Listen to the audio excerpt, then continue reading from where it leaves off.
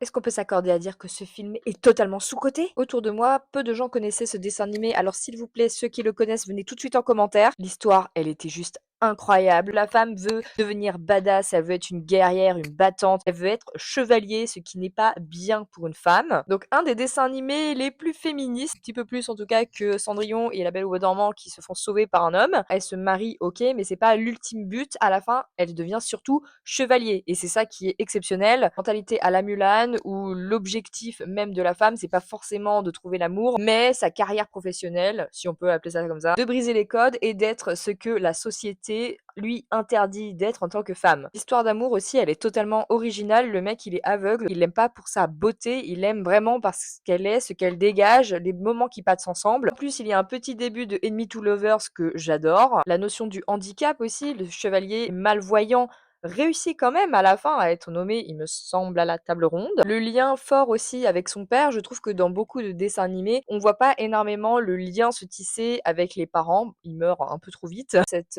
relation profonde avec son père, les chansons sont exceptionnelles. Sur les ailes de mon père notamment, je la trouve très très très touchante. Le fait qu'il soit décédé ensuite, enfin moi pour le coup, j'ai vraiment envie de pleurer, alors que dans tous les dessins animés autres, on dit juste bon bah voilà, ses parents sont décédés, voilà.